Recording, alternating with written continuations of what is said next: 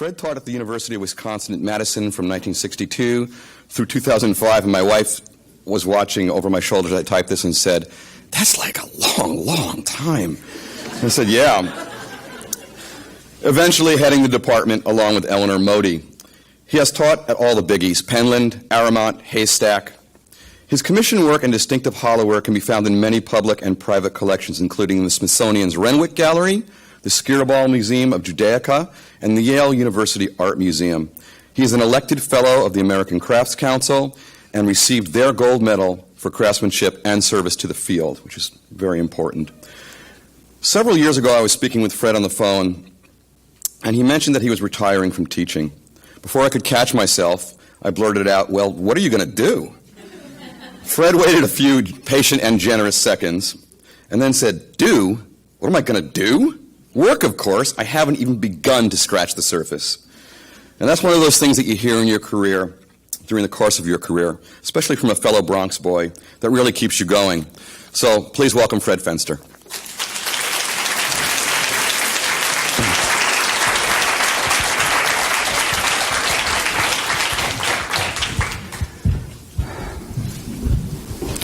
Thank you, and thanks to the Guild for inviting me.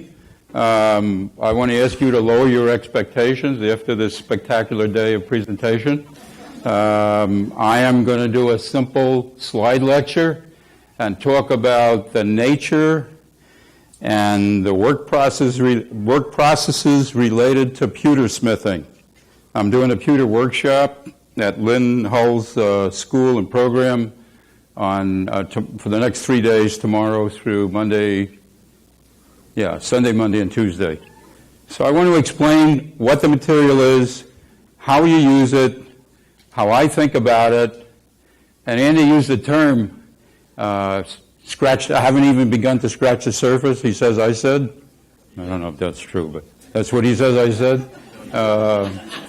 This is about scratching the surface, because one of the things I've been working on is a process called scoring and folding, where I'm able to weaken the metal selectively and fold it up into intricate shapes. And I have had a few students who've done absolutely wonderful pieces by scoring and folding.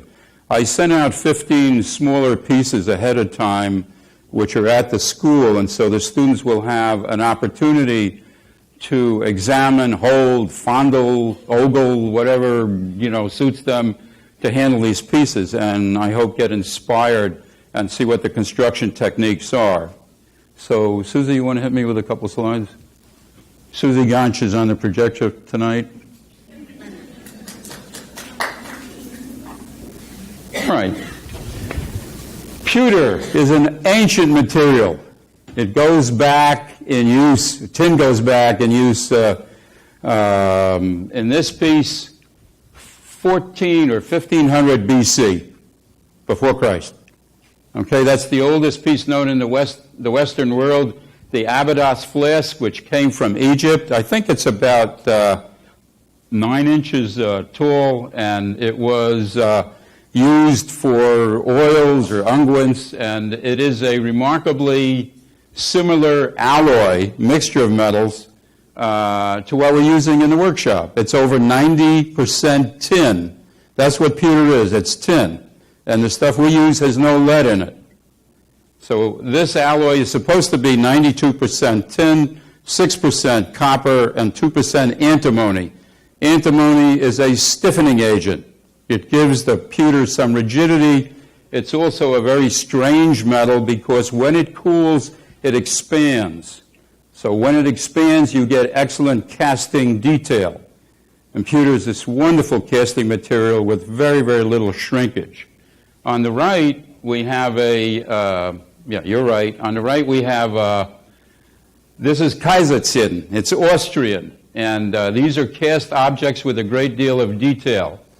And the thing that I'm going to start off doing is show you pewter that mirrors the design era of the time. So you're going to see Art Deco pieces, Art Nouveau pieces, arts and crafts pieces. So, Susie, you want to hit the slides?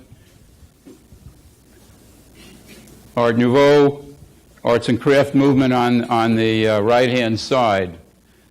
I was in London on a trip, and I saw one of these pieces in one of those underground antique centers. I got really excited, and I thought, oh my God, the thing is this big, it's about 20, 22 inches high. I wanted to buy it. It was reasonable. It was $250, which I thought was a steal. And as I walked around, I saw 6 of them in different shops, and I lost my desire to own one. As beautiful as it is, they still have the original molds. And the thing that you have to know about pewter is that your contact with it is probably through cast pieces that you've seen. Most of it is cast into bronze or cast iron molds. The spoons that are available, cast into bronze molds. So it is a really excellent casting material. It can have many different aspects visually. It can be bright and shiny and look like silver. It can be soft and gray and very tactile so that you want to reach out and touch it. So it's a chameleon-like material, which is very inviting in terms of being personally expressive using it. So that's a drawing from the arts and craft period, and that's an Art Deco piece that I bought when I was in Haarlem, Holland. It's partly constructed, partly machine-formed, and it's part of a set. And I paid $40 for it many years ago, and I've always intended to make the rest of the set, but that'll probably never happen. I just like the clunkiness of the piece. It looked exactly like this when I bought it, and it looks exactly like this today. Normally, pewter doesn't change. Most of the pewter that you purchase is lacquered. They use a spray lacquer. I use a musical instrument lacquer on it, and it's invisible. It is very tough, and if there's no lacquer on it, it's going to fingerprint. If there is lacquer on it, you will never see it, never notice it, unless you injure the piece and have to break through the lacquer. Next. First piece of contemporary pewter outside of commercial contemporary pewter that I ever saw was this one on the left, done by a man named Donald Wright, W-R-I-G-H-T, at Cranbrook. It was the summer I started attending school there, and it was in his graduate show, I guess, or summer show. And while I didn't like the piece, I liked the center of it very much. And it was 2 pieces that were formed in a hollow in a stump and then fused together and then textured, probably using a torch tip to melt the surface. I found it fascinating and kind of filed it away in my head because I would later do my thesis, my MFA thesis on pewter working, and it's a very good thesis. Whenever I read it, I realize how much I've forgotten of what I knew. So if you can get it, I'm serious. I say, oh, this is really good. Oh, I didn't know that. Oh, I get it. You can get it through interlibrary loan through the Cranbrook Library. On the right-hand side, these were done, I believe, by either Christopher or Charles Dresser, who was a major industrial designer in England. And the First World War broke out, and all that opulence of the Art Nouveau era fell away, and they did very utilitarian, amazingly ugly forms, just forms that looked like they were extremely industrial, and all that, the joy of that curvilinear line from Art Nouveau just dissipated. Next slide. This is pewter. When I buy it in any gauge sheet that I want, and I usually make my own wire, but this is some commercial wire that I happen to have at home. And I buy it from a company in Providence, Rhode Island named Lehigh Pewter.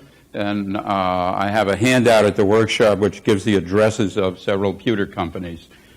I feel that the material is a bridge between the metal that you're used to using and the clay-like forms that you can achieve with the pewter. That's a piece by Ken Price, I believe, of California.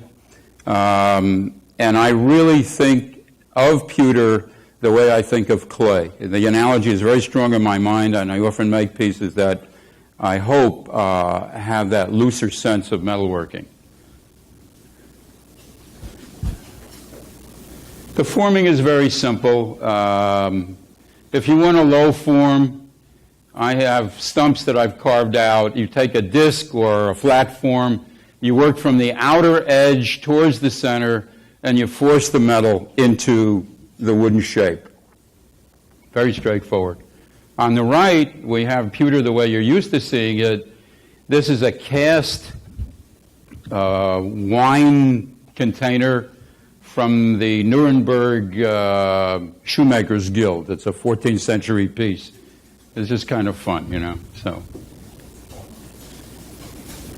some of the techniques used in forming, it would take a long time to do a piece like this. Normally what you would do is you would make a cylinder and hammer the edges in and hammer the edges in, and it would take you a long time to do. If it's pewter, I make two cone forms, two conical forms. I fuse them together vertically and horizontally, and in the space of probably an hour and a half, I have the form at the right. So that's fusing. Fusing is welding, basically, but the melting point of pewter is so low that I hesitate to use the term welding because it makes you think of using a welding torch, which I sometimes do, but basically I use a small tip on a small torch and simply melt pellets into the seam. The melting point is 450 degrees, so it's very easy to do. You can melt pewter on your stove. You can melt pewter in your stove. Many people have done both. You know, walked away to answer the telephone while they were heating up the teapot and the bottom melted off. I used to repair a lot of this stuff. I can't tell you how many times I have had to rebuild pieces that, beautiful pieces. The only reason I rebuilt them was a crappy piece. I wouldn't touch it, you know. Better off, you know, shot. But if it was a nice piece, I'd make a whole new bottom and just make the seams invisible. And that's the seaming process at the right. I have left a gap equal to the thickness of the metal, about 1/16 of an inch gap. Normally I use 16 gauge pewter. That's like 52 thousandths. And just melt those little pellets in, and that makes the metal crystallize. It gets stiff and brittle. When I hammer out the seam, I can hammer those little bumps left from fusing or welding it, and that pressure forces the metal to lose its crystalline structure and reconstitutes it so that it is once more malleable, once more pliant, and it becomes invisible. So if I want to make a tall vessel, and I could make this one out of a cylinder, I could do one seam and hammer it to shape, and the seam will disappear completely. You won't find it. You won't even begin to find it. It is gone. On the other hand, if I want to put a bottom on that piece, I don't want to fuse it because the fusing is going to leave lumps and bumps, and I won't be able to hammer them on the seam in the bottom here. So I'm going to solder that using a lower melting alloy, which is made of tin and lead, and I'm using an alloy that's 60% tin and 40% lead. If it's a food-bearing vessel, I'm going to use a non-lead soldering alloy, which is, that's the one I'm using is 58% tin, and I think the rest of it is antimony. No lead. And so that will give me a seam that's smooth, finished looking, and I won't have any cleanup to do. That also means that if I have a vertical seam on the piece, there's no solder to run out of that seam because there's no solder in the vertical seam. So anything I add to the body of the piece will be soldered on while the main seam will be fused together. The other thing that I want to talk about, two other things I want to talk about. One is cost. I don't know what's the silver's selling for over $11 an ounce. Pewter is selling for let me think a minute. It's probably $16 to $8 a pound. A pound.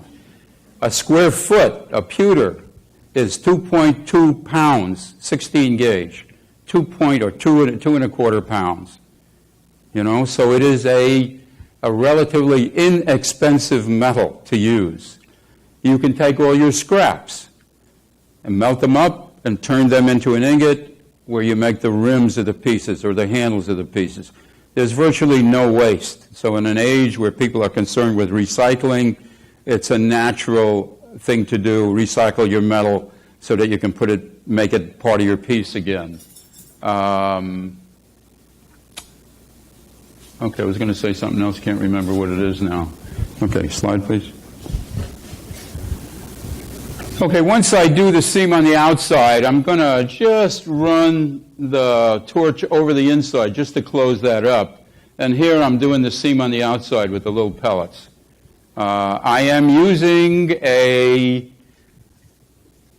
common solder flux that tinners use or plumbers use, and it's called Stay Clean flux, which is my favorite flux. Any flux will do that isn't used for silver soldering. I don't use paste flux because it doesn't wash off easily, but I use a liquid flux that's very easy to clean with hot water. I never anyway, have to anneal the pewter. There's no annealing, there's no pickling, there's no hardening. In fact, when you work on the pewter, you hammer it, it work softens. It gets easier to work. So you have to be careful not to overwork it because it will fatigue and start chunking. Pieces will start coming out of it. So it's very fast, no waiting, 4 barbers. There's no problem in working the material because it works so quickly. So slide, please. This was a chalice which is in the Cranbrook collection. And it has an outer cup that was made from a cone shape with an inner cup dropped into it, and then it has a cone shape for the bottom, and then a brass cross which is put in, and then a brass rim on the bottom. Pewter is soft, so this part of it, this basket part, which would be really strong in silver, is questionable, and occasionally, you have to pull the thing back up because it sags of its own weight.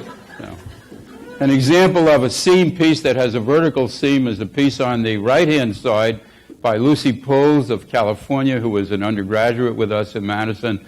I always enjoyed this piece. You can use any of the techniques you use with other metals. You can chase it and repousse it and cast it and raise it and spin it and form it and texture it with hammers and roll it through the rolling mill, and you can have a fine old time with it. So you can also combine it with other metals easily. So this piece is probably about 9 inches high on the right, and it has a bronze or a copper heavy wire wrapped around into the chased areas. If you chase it, you cannot melt the pitch out with a torch.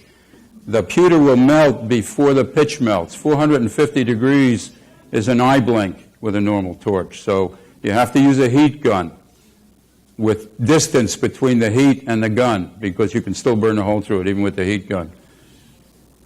Slide, please. Here's an example of that piece that was made of 2 cones.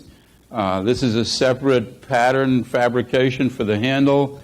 And the rim, which was made out of the scraps of the metal I was using to make the cones, was cast into an ingot and then rolled out into a long taper, wrapped around the top section and just soldered onto the top section and soldered over here. On the right-hand side, we have a cylinder where I'm necking it in by the angle raising process, and this is what we're going to be doing some of in the workshop. And so you work like a potter. You throw a cylinder. You alter the cylinder. You squeeze it in to neck it in. You put your finger on the inside and the outside finger higher up so that you can bring it in, or you put your inside finger higher so that you can flare it out. You do the same thing with the hammer. The stake, the supporting form, provides the inside support. The hammer does the job on the outside. In fact, I don't even use a hammer. I use a mallet so I don't scar the metal up too much. If you have any questions, just holler. Just yell them out, loudly. I'm hard of hearing, so it has to be really loud. I have My friend Susan down here somewhere.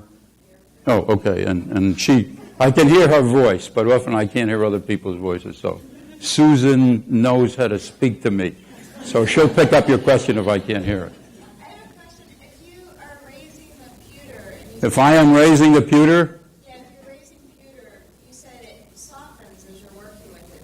Is there a way it doesn't soften appreciably. If you are effectively raising it, you will get the form very, very quickly, in a few minutes. Let me tell you about time. If I do a silver piece like this, I probably have 10 days in a piece like that in silver to do it well. If I'm doing it in pewter, I did this piece in a day. In a day. Okay? But I work effectively. I generally find that working in silver takes 5 to 6 times the amount of time that working in pewter takes me. So not only is it cheap, it's fast. And the other thing is, it has this heritage value. People say, oh, pewter, And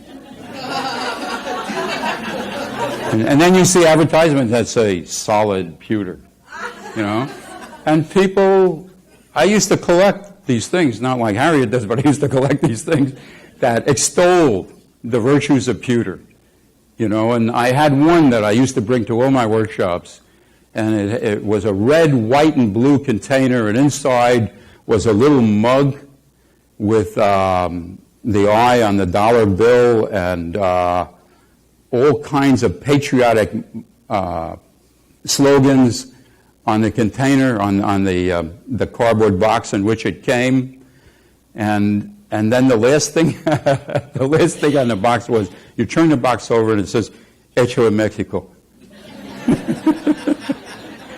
So that was this very patriotic piece. It cracked me up when I saw it.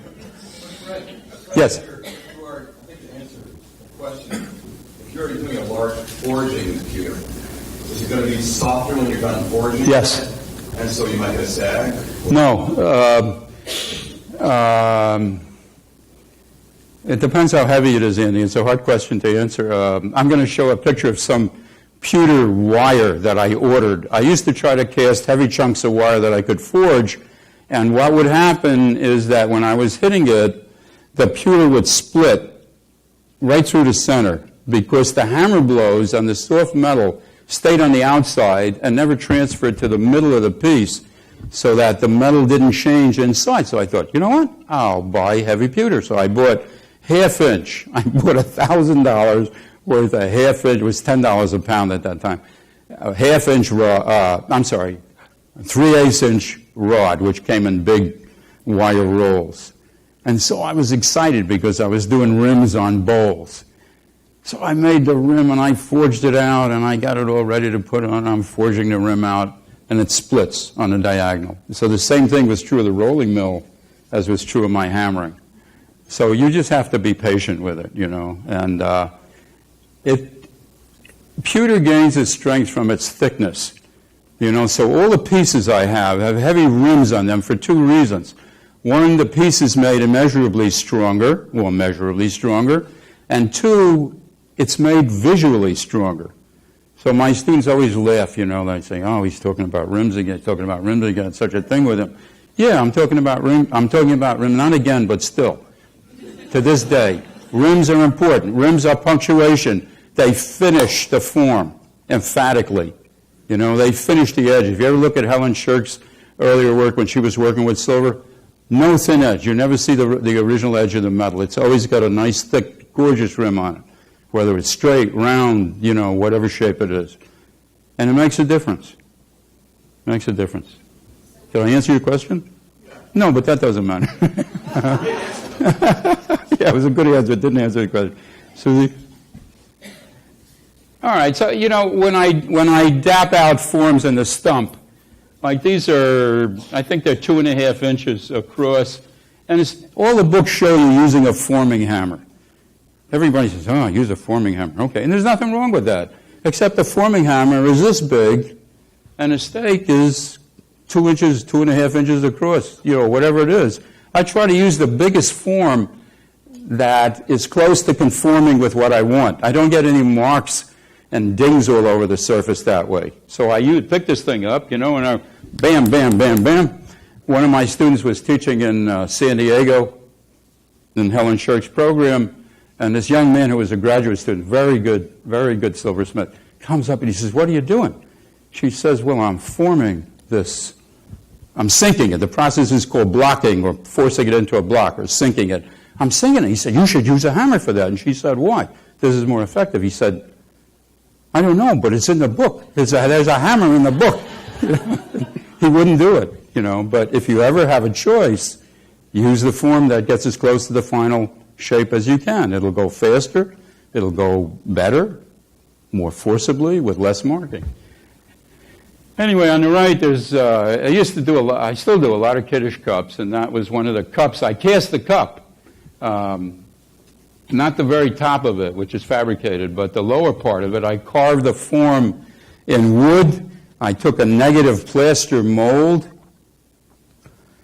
I wet the mold, and I slip cast wax into the mold, dumping out the liquid center. So I had a shell in the shape of that, it's actually a six-pointed star, that fluted part in the middle there. And then I just did a lost wax casting, which Pewter casts phenomenally well. The bottom is all fabricated, and I will show you more cups later on. This is not one of the better ones. Susie? That's that heavy, that's 50 pounds of heavy 3-inch stock that splits when you hammer it, just as the other stuff does. So I ended up making a lot of menorahs out of it, I did. That's what I did. I got my money back several times over. This is a bowl that was formed in the stump, and that was the kind of rim I would form these multi-surface rims that went up and down, and those were the things that were splitting. The bottom is scored and folded. Now, if you ever seen these pleated lampshades, that's what I'm talking about. You can score the pewter until you're almost cutting through it and then fold it up. And so this is made in several sections, about 3 sections. You'll see more of this later on. Slide, please. Okay, one of the interesting things you can do with pewter, which is so much fun, is to take darts out of it. On the right, this started out as a cylinder, but I took a cut out of it, and so I was able to get the first bend in the cylinder. And when I close that bend, I will have an offset angular form, which I can achieve in a few minutes, just by making either a hand cut or I use the bandsaw, which I don't encourage people to do unless they're very familiar and want to take their hands in their own hands. So this is an example of, this was a cylinder, or that was slightly tapered by hammering, and then a slice was cut out of it, a dart, equal-sided triangular cut. It has to be equal-sided because you're closing it and the edges have to meet. Then you fuse them in, do a little planishing, and you have bent the piece over. And if I wanted to make several darts, I could bend this as far as I want. I could even make this into a U-shaped form or a circular form by taking cuts out of it, the way carpenters do when they make an arch in plywood. They make a lot of not shallow, but a lot of cuts that almost go through the piece. They bend the arch, and then they glue the cut shut. So it's the same principle. Darts. Dressmakers take darts out to gather material. That's a dart. Slide, please. Okay, so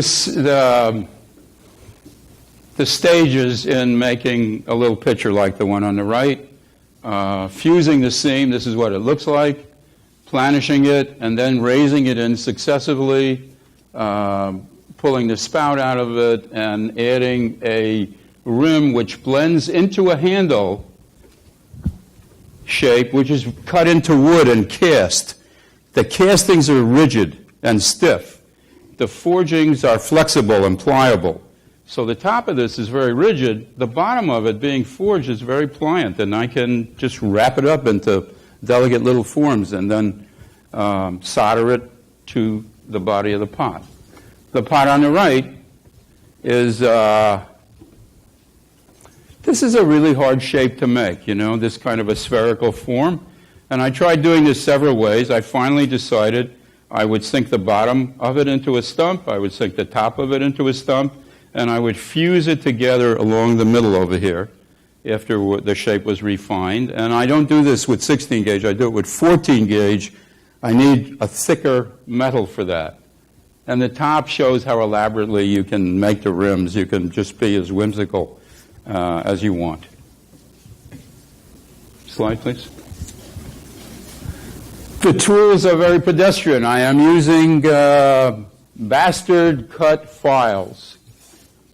Okay? If you use anything finer than that, the pewter is going to load the file and make it pretty much unusable.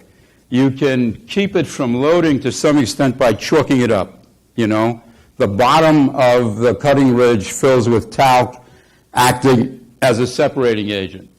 I often shape the files by hitting them red hot and quenching them immediately in cold water. So a lot of my files have been altered by bending them. I like these wax files very much because they're really effective in getting into places and cleaning up seams.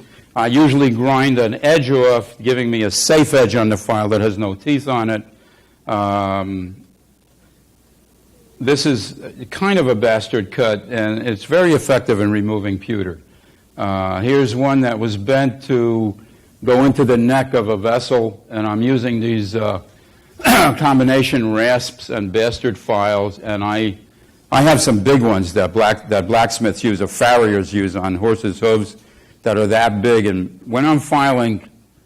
You know, pewter is spraying off the surface of the piece, and the piece literally is too hot to touch from the friction of really moving it. And so one of my last slides in this is a bowl with a really heavy rim on it, at that about a 3/8 inch heavy rim.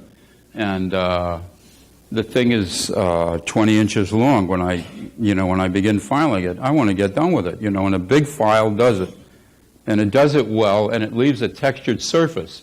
The surface on these pieces, and this was a cylinder that was gently raised, and the rim was the scraps from the cylinder, and the handle was cast into wood, and the end of it was forged, and all the rims on the cups were done that way.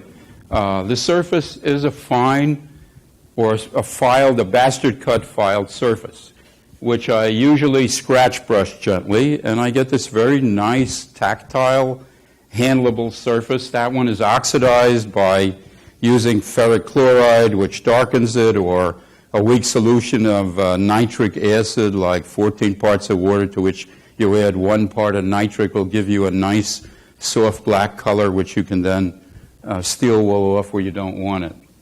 So it's easy to color, and there are other ways of coloring it. I also make scrapers out of the files. And the scrapers are used for scoring the angles, which is coming up shortly. So, slide. I had this idea to make a vase in the shape of a giant soap bubble. You know, it was going to be like that. So I made 40 hollow balls, and I fused them all together. And you can close the seam on these things without the thing exploding. And there were 4 different sizes, and I started building the soap bubble. And the drawing was so compelling. But the soap bubble looked like crap in pewter, you know. So I ended up scrapping it, and then I had these 40 pewter balls, you know, around the house, and they started creeping into all the objects I was making as a component. The rims are really fun, you know. I make these cups at every workshop, and I always enjoy making them, and that's got the file finish and the rim, and it's, you know, 3 pieces. The body, which is made from a cone layout, the bottom, which is soldered, and the rim, which is soldered. And I can make one of these from start to finish within 3 hours while you're watching, you know, so they're very straightforward. Slide, please. Okay. I often work with patterns.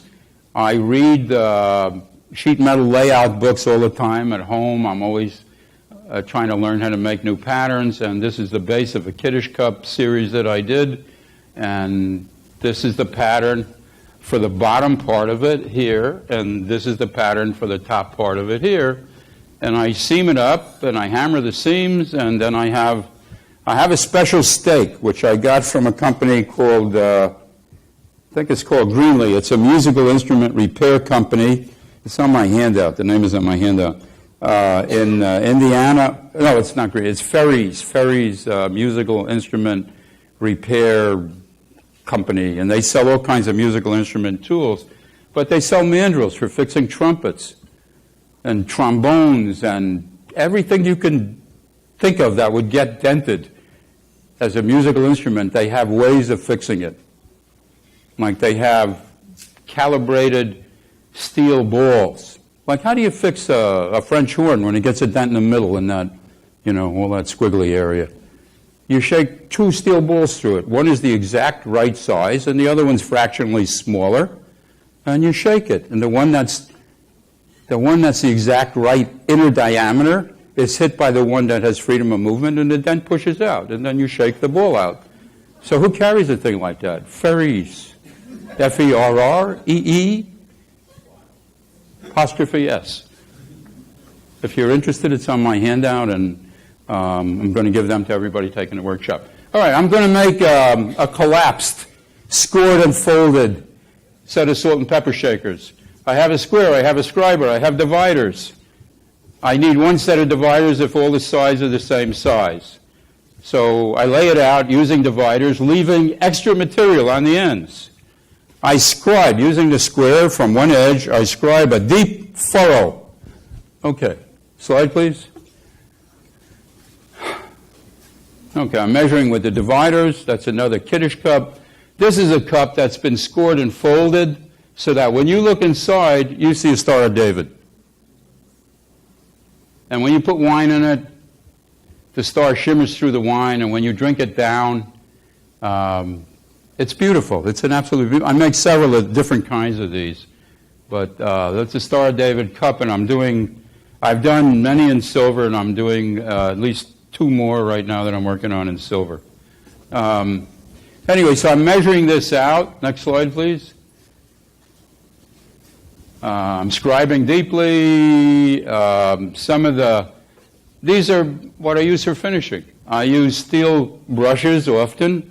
After I file a piece, if I file it, or even if I don't file it, they give a soft, satiny finish. If I buff for a high polish, I use treated buffs. Treated buffs have some kind of a stiffening agent in them. They buff very aggressively. I use Tripoli, I use Zam, and I come up with a mirror bright finish. Very little buffing. Next slide, please. Okay, I've scored the lines.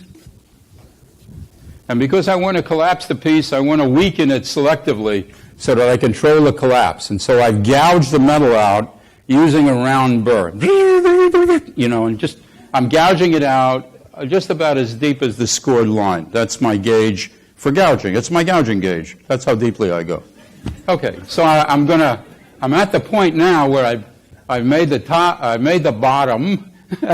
I make my own bottoms. I have a little threaded area that goes in the bottom. I make it by pooching out the metal with a dapping punch into a block of wood or plastic, and then breaking through it, opening up a little bit with a tapered form, and then threading it. And I can then turn a 3/8 inch piece of round plastic in there that's threaded as a plug. It's a tapered plug made with a 1/8 inch pipe die. I have it in the shop so you can see it and use it. Anyway, I'm ready to break this off. I'm breaking this off, I'm breaking this off, and I'm going to fold it up. Piece on the right, it just shows how good the etching process is. I said you can do anything with pewter, you can do in other metals. This is photo etched. Very simple. Ferric chloride goes in, piece turns black, it etches, you check the depth of the etching, you pull the piece out, you wash it off, and you can get whatever lettering or picture quality you want on the piece. Slide, please. All right, this always freaks people out because I'm holding the piece in my hand while I'm soldering it. And sometimes I don't even use gloves, but on a small piece I need gloves. So I'm going inside and melting the solder. And being that this one is going to collapse, I need to use the lead solder because the other stuff is not elastic enough to take the pressure of collapsing.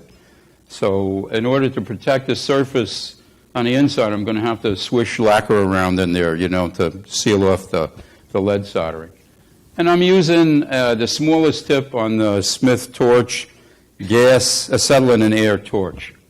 I'm finishing the scraping over here using one of the file, the tang end of the file, which I've bent over and made into a shaped scraper. Slide, please. Okay, I'm bending the edges together. I've soldered them together. I've got everything soldered. All the corners are soldered. You can't leave anything unsoldered, because when you put the pressure on it, which you can do in a hydraulic press or a vise or whatever method you choose, I'm going to collapse it. And when I collapse it, it looks like, let's see if I got it right. Doesn't look like that at all, but it looks like that. And that's the piece you saw being made. And these are the parts that I weakened with the burr. And when you collapse it, you can shift the pressure in the vise by pushing down more on one side. Often, being you're grinding by eye, one part of it collapses and the other part doesn't. So you run more solder into the part that collapsed to stiffen it. Otherwise, with more pressure, it would continue to collapse more. Once you stiffen this part, you can get more pressure on the upper part. This is another series by Paula Newman, a series of vase forms that she did. And she uses, an undulating line, which is really nice. Beautiful line, and we've done many vases using that way of working. Okay, next slide, please. Two different approaches. This is Eric Olson of Madison, who did a series of fantastic pieces. I have this piece with me, and I'll show it tomorrow. And he makes patterns that are amazing. I don't even know how to do what he does, but I brought some paper folding books, and you can figure out how he does it, because I don't work this way. And I thought the pieces are beautiful. The piece is probably about 7 inches high, 8 inches high, and probably about 3 inches across. It's amazing. He's the only one I ever saw who worked that way. Another one of our students from Madison, a graduate student named Sarah Krempel, did a piece that's essentially a geode, cast pewter.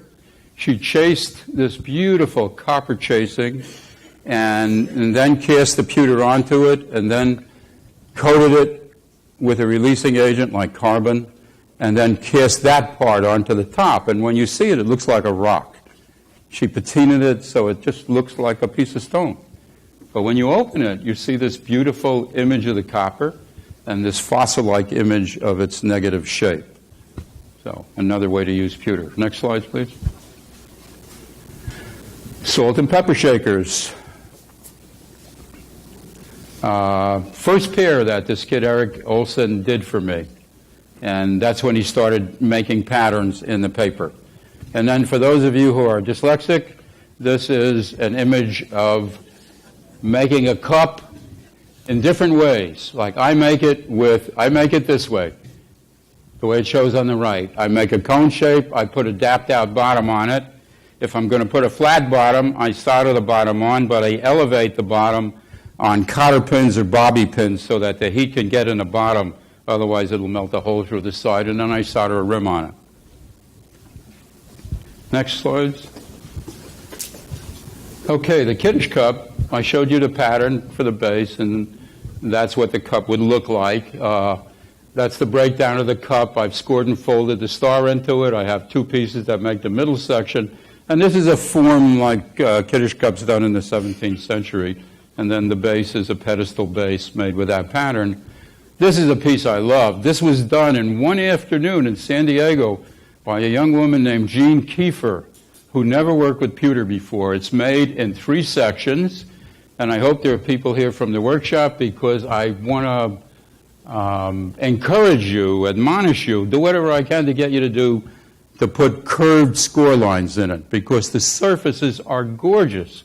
So this is one side, that's one side, that's one side. Okay, slide. Patterns. These are Eric's patterns for making those complicated pieces, and you can see how the piece shapes up. If you can do it in manila folder paper or construction paper, you can do it in pewter. I've had many people do their own patterns, and you can do it in pewter. This is Tia Dale, one of our students in Madison. That was her first piece of pewter, a teapot, absolutely beautiful little teapot. Great touch with the pewter. Okay, that's Sarah Krempel's piece closed. You know, I said it looks like a geode. You have no way of knowing, you know, how beautiful this piece is until you open it up. It's like an autobiographical piece. Okay, this is the way you could make a piece in two halves, right? You bump it out in a stump. You bump out the top of it. You fuse it together over here. You flatten the bottom. And the next thing you know, you have this asymmetrical or symmetrical, whatever you choose. That's the part where I think about ceramics, because you're free. It's like a paddle pot. You know, you make a clay shape, or you take a wooden paddle and you paddle it into the finished form. Slide, please. The tools are very simple. I use mallets a good deal, especially these black shot-loaded mallets, and these plastic mallets, which I used to have all my students make. I use a steel planishing hammer, and very rarely a steel raising hammer. I'd rather use the mallet. And then many of the mallets have the ends ground or sanded into a dome form for working into a stump. On the right, that's another one of Eric Olson's decanter pieces done using those paper patterns I showed you. And he was amazing. I don't know how many of these he did. He must have done 20 when he was a graduate student. Slide, please. Tia's cups that go with that beautiful teapot form. A couple of salt and pepper shakers that I did a long time ago. And that's the file texture from a bastard cut file. If you file using proper technique, you'll get a consistent and beautiful texture. So the dome shape has been cut, pulled out, and capped. And something I use often, and I use it in a lot of my pieces. It's effective and an interesting way to change a form and yet still connect to the original shape. Slide, please. Catherine Gilbertson did these constructed pieces. One of the things that I do a lot with the students is to roll texture into the piece. This piece, the texture was cut into manila folder paper, and as you roll it, these are cutouts in the manila folder paper, but the paper breaks down and you get this matte finish, you know, where the paper's in contact with the pewter. So these are just they're tall. It must be 10 inches high. Another piece by, I think it's Christy Reiser of Madison, a whole cruet set with different condiments in it. Slide. Jack Rowdy is a full-time pewtersmith, and he's been a full-time pewtersmith for probably close on 30 years now, and he's one of our really wonderful students. This is a series of bag pieces about 20 inches high. Michael Brell, who cut into a cone shape and made a cut and lifted out an area and capped it off and added rims to it. Slide. You can cast pewter into wood or cardboard or paper, virtually anything, if you don't cast too hot. And so I would make bases for things by casting it into just construction lumber, pulling apart the mold, which was screwed together with wood screws, and then I put it on a lathe and turn it with wood turning tools, you know, just regular wood turning tools. This was a series of 6 candlesticks that I did out of textured material where all the soldering had to be done from the inside or heating it from the outside and watching the inside so that the solder would melt and you could see it melt. Slide. I'm showing you this. I don't know if you can see it, but it's part of a Kiddush cup, and the Hebrew letters were pierced in the bronze, and then it was done by a young woman named Susie Bernstein, and she just melted pewter into the piercing fluxed it and just melted it in, and it was, you know, a perfect inlay. Perfect inlay. Goblet by Tom Carlson. Slide. I better finish this up, huh? This is a pewter mold, a bronze mold. You carbon it up with a dirty flame, which you achieve by blocking the air that normally goes into the flame.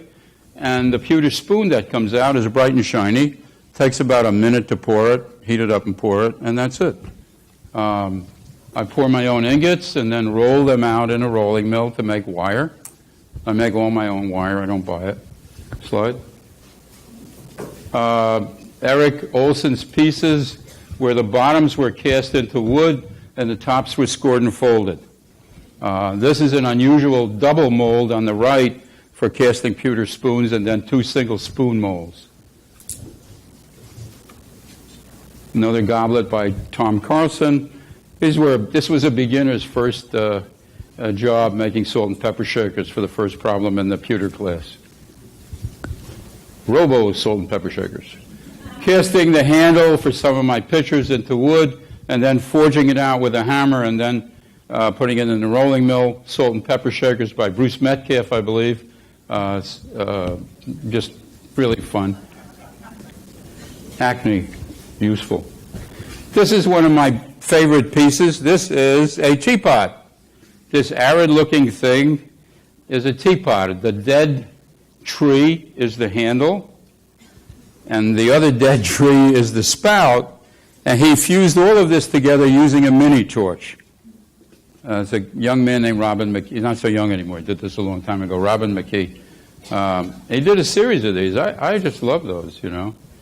They're just terrific. There's no way of telling how it's done, but I was there when he asked me, you know, if I'd ever used the mini torch. I said no, and he said, I'm going to try, and that's what came out. One of probably 7 of those. This was a workshop in Alaska, in Anchorage, and I really like the little cups. I'm not crazy about the picture, but the little cups are really fun. Slide.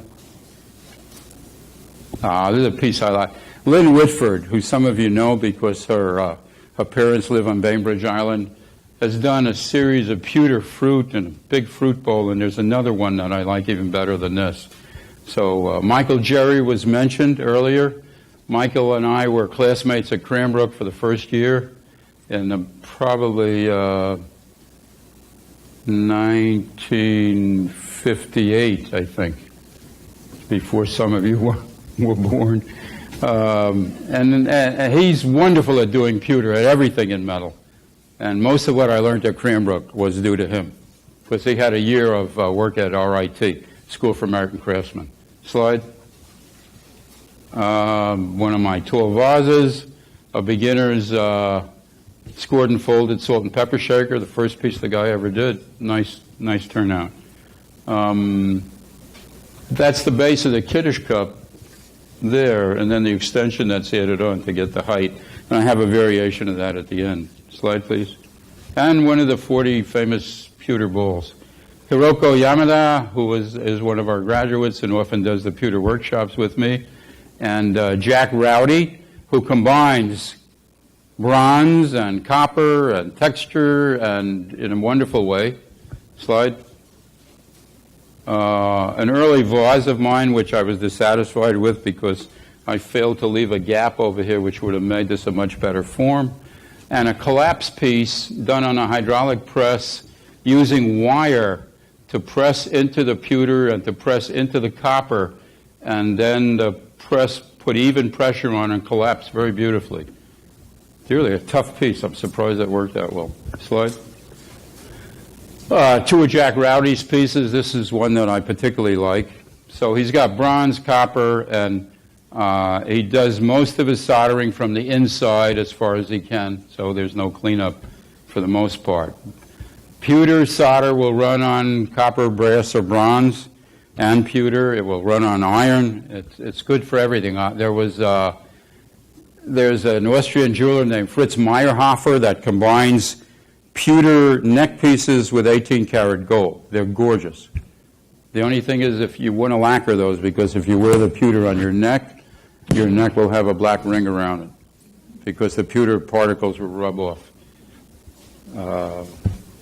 Another piece by Jack Rowdy and a piece by Agnes Che of Madison, who is one of our students, still working in pewter. Slide, please. This was an interesting piece. Matthew Hollern, who teaches at the Cleveland Institute of Art, and I know this is Matthew because he made a profile of his face for the base of the chalice, and it's right down there, so it's always recognizable. The figure is fabricated out of sheet that's been bent and shaped. Michael Jerry's sort of an architectural series that he did in a teapot. So the look of pewter can vary. This part of the base was cast into walnut, carved walnut, just to get the texture of the wood. The other parts are fabricated. The cup was shaped by hammering. Lisa Slovis on the right, who's coming out with a book on pewter, graduated from Helen Shirk's program in San Diego some years ago, and she has an etched piece here using press type. And this is just a little hand piece that you clutch to relieve stress. Mask by Hiroko Yamada, some nesting salad servers by another student. Jack Rowdy on the left when he was a grad student doing a series of goblets. One of Jack's very whimsical, wonderful teapots on the right. On the left, a salt and pepper shaker, and on the right, I think it's a piece by Thomas Madden. Madden, yeah, thank you. I think I asked him about that when I did Maker in California, and he said no. So I don't know who did it. I think it's him, though. He just forgot. He's very, Okay. Floyd. Another piece by Mike Jerry, a whimsical handle. Nice lid on that with a thick pewter hinge. One of my pieces with a step out. This was such a boring piece until I took the step out. Big thing, it's like 20 inches high. Sorry I sold it. It was like one of those Celadon red ceramic vases that the Chinese did. And I always liked the piece, and I made the mistake of selling it. Money comes and goes, but I tried making that again. I can't do it. Not with the same quality. So, did it at Cranbrook on a workshop. That's that salt and pepper shaker that should have been a few slides back. A little wine decanter by Mike Jerry, a wine storage vessel by Mike Jerry. I think this is Haewon Lee, who is a young Korean woman who's very good with the pewter. Jack Rowdy on the right. We're nearing the end. Some of Jack Rowdy's vases. That's the bottom view of that piece done by Jean Kiefer, which is just beautiful, and she put a rim on it, to thicken that edge. Slide. A piece by, again, Jack Rowdy in this wonderful series of teapots. A piece by another student, Mi Suk Her, is it? Yeah, her. Yeah. The wonderful student. And she did this, it's a picture, actually, in the form of a tree form. So.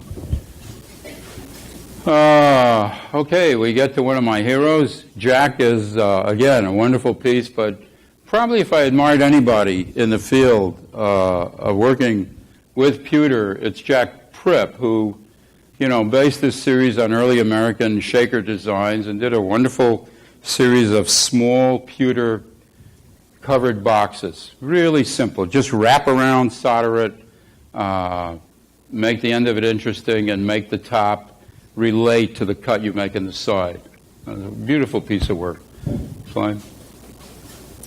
Another piece of Jack Pripp, a small piece, maybe 6 inches tall, and a mask done by an undergraduate at Madison named Tracy Higgs. I've always loved that piece.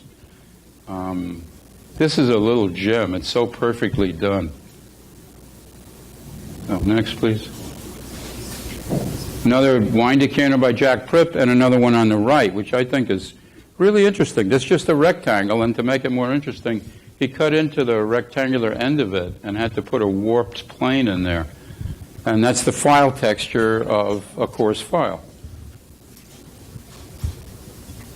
This is when I did those salt and pepper shakers that you saw, I decided to make teapots, and I ended up making about 6 or 7 of these, and I finally stopped because I got tired of doing it. But they were nice. I liked them, you know. One of Jack Pripp's pieces that I had an interesting experience with this. I remember this piece as being this big, body size, right? For years, I'm telling my students, this piece is this big, body size, like 30 inches across. My friend Susie and I were up in Minneapolis. They have a show of Jack Pripp's work at one of these American Craft Conference things where they elevate people to, you know, fellow in the American Craft, you know, that kind of thing. So there's the piece. The piece is this big. I go up to the curator, and Susie can verify. I say, was this a model for a larger piece, and you don't have the larger piece? She says, no, as far as I know, that's the only piece I ever did like that.